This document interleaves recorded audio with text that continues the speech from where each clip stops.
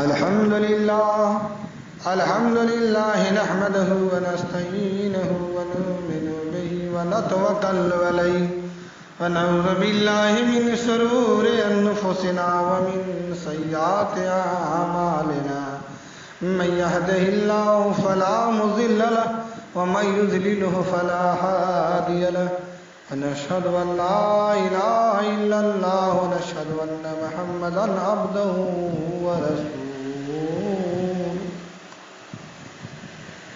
قال رسول الله صلى الله عليه وسلم إنما الأعمال بالنيات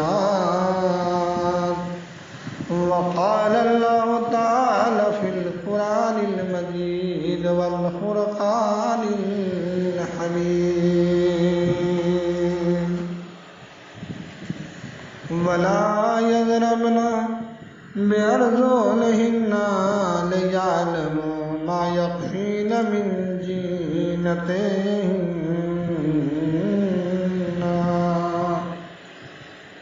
وقال الله تعالى في القرآن المجيد وما أرسلناك إلا رحمة للعالمين